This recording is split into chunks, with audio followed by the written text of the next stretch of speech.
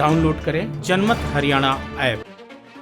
यूं तो मंत्रिमंडल विस्तार के कयास मनोहर लाल सरकार पार्ट 2 के बनने के बाद से ही शुरू हो गए थे, लेकिन 1.5 साल बीत जाने के बावजूद वो कयास चर्चा ही बनकर रह गए। अब कहा जा रहा है कि हरियाणा की बीजेपी जेजेपी गठबंधन सरकार में एक नए मंत्री की एंट्री कभी भी हो सकती है और कौन सा विधायक मंत्री पद की शपथ लेगा उसका नाम भी तय हो गया है। दरअसल हरियाणा की गठबंधन सरकार में 2 मंत्री पद फिलहाल खाली है और इनमें से एक पद जेजेपी और दूसरा बीजेपी को मिलना है और गठबंधन सरकार में जूनियर पार्टनर जेजेपी अपने कोटे को जल्द से जल्द भरना चाहती है। 12 अप्रैल को दुष्यंत चौटाला ने बीजेपी के राष्ट्रीय अध्यक्ष जेपी नड्डा से मुलाकात भी की। उसे भी मंत्रिमंडल विस्तार से ही जोड़ा जा रहा है। कहा भी जा रहा है कि मुलाकात का प्रमुख एजेंडा ही मंत्रिमंडल विस्तार और प्रदेश सरकार में निगमों और बोर्ड के चेयरमैन समेत अन्य पदों पर जल्द से जल्द नियुक्ति का ही था। जेजेपी की ओर से 3 विधायकों के नाम मंत्री पद की दौड़ में शामिल हैं। इनमें से सबसे पहले देवेंद्र बबली जो टोहाना से विधायक हैं, बड़े मार्जिन से चुनाव जीत कर आए हैं। दूसरा नाम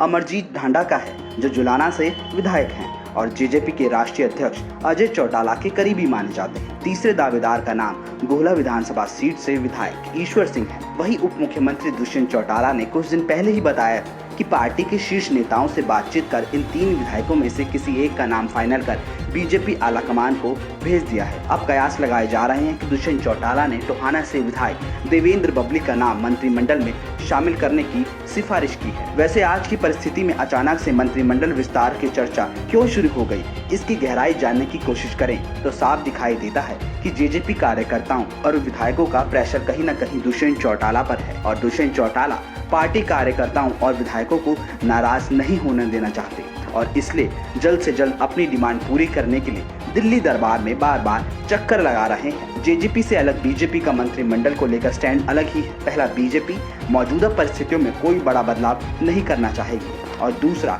कुछ ही दिनों में होने वाले कालका और एलनाबाद सीट पर उपचुनाव। और इन दोनों वजहों के अलावा एक और बड़ी वजह है कि मंत्रिमंडल में जातिगत बंटवारा। जेजेपी के एक विधायक के मंत्री बनने से बीजेपी को अपने कोटे के मंत्रिमंडल में भी बदलाव मजबूरी में करना पड़ेगा और मौजूदा परिस्थिति में बीजेपी यह भी नहीं चाहेगी। मान लीजिए जेजेपी किसी जाट विधायक को मंत्री बनाती है तो बीजेपी को अग्रवाल समाज से मंत्री बनाने की मजबूरी रहेगी। वैसे भी अग्रवाल समाज की मौजूदा कैबिनेट में कोई उपस्थिति नहीं है और जबकि अग्रवाल समाज बाहुल्य कई सीटें बीजेपी जीती हुई है। ऐसा भी माना जा रहा है कि नए मंत्रिमंडल में सिर्फ नए विधायकों की एंट्री नहीं होगी बल्कि कुछ मंत्रियों को मंत्रिमंडल से बाहर कर नए चेहरों को भी आजमाया जा सकता है। इसलिए मौजूदा परिस्थितियों में सुधार होने और उपचुनाव के बाद ही इस पर फैसला होगा।